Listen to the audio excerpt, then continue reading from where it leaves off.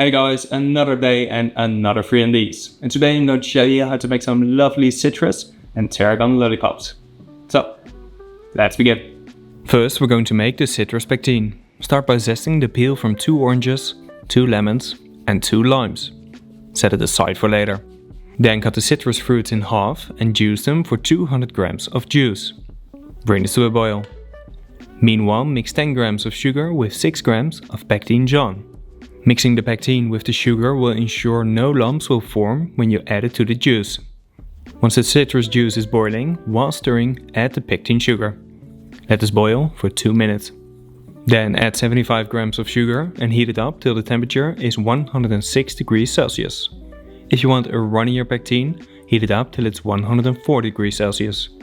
Then turn the heat off and let it cool down for a minute before adding the citrus zest. We add it after the cooking process to preserve the fresh flavor. Give it a final mix and then pour it into a bowl. Let it cool down in your fridge. Then transfer it into a piping bag and keep it for later. Now for the chocolate, I want a beautiful green color to match the color of an artichoke. Just add a touch of green fat-soluble coloring powder to some white chocolate that's 45 degrees Celsius and mix it well so all the coloring powder dissolves. When you're happy with the color, we can temper the chocolate. For that, pour 4/5 of the hot chocolate on your worktop and while moving it with a big palette knife, cool it down till it's 27 degrees Celsius. We temper the chocolate for a shiny finish, a satisfying snap when broken. It prevents the chocolate from easily melting and the chocolate will slightly shrink. Then transfer the chocolate back into the bowl and mix it well till it has a temperature of 30 degrees Celsius. Now use a little brush to add a thin layer of chocolate to your lollipop mold. I had this one custom made by Mold Brothers. Be sure to fill all the gaps, otherwise little air bubbles will form. Then press the 2 halves together and give it a good push. Once the mold is properly sealed, fill it completely with the tempered chocolate. Tap it a couple of times and then turn it around to remove any excess chocolate.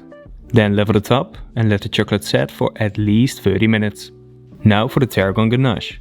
Mix 120 grams of cream with 75 grams of apple juice and bring this to a simmer.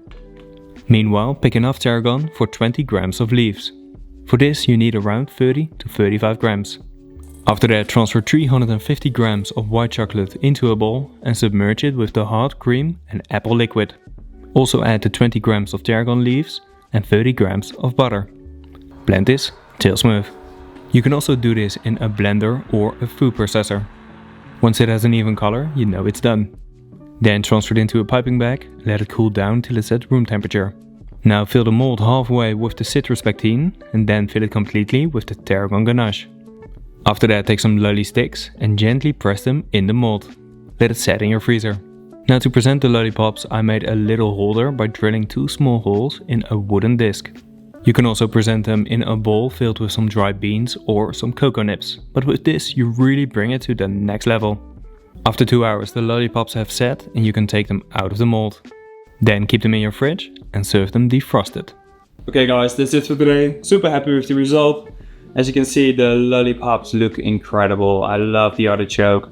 And obviously it's based on my logo. And I think it's a perfect addition to the Friandise special. So, let's dig in. And looks so good. You have the freshness of the citrus with the tarragon ganache, the herbiness, and with the white chocolate. Perfect combination. Super nice. Let me show you the inside.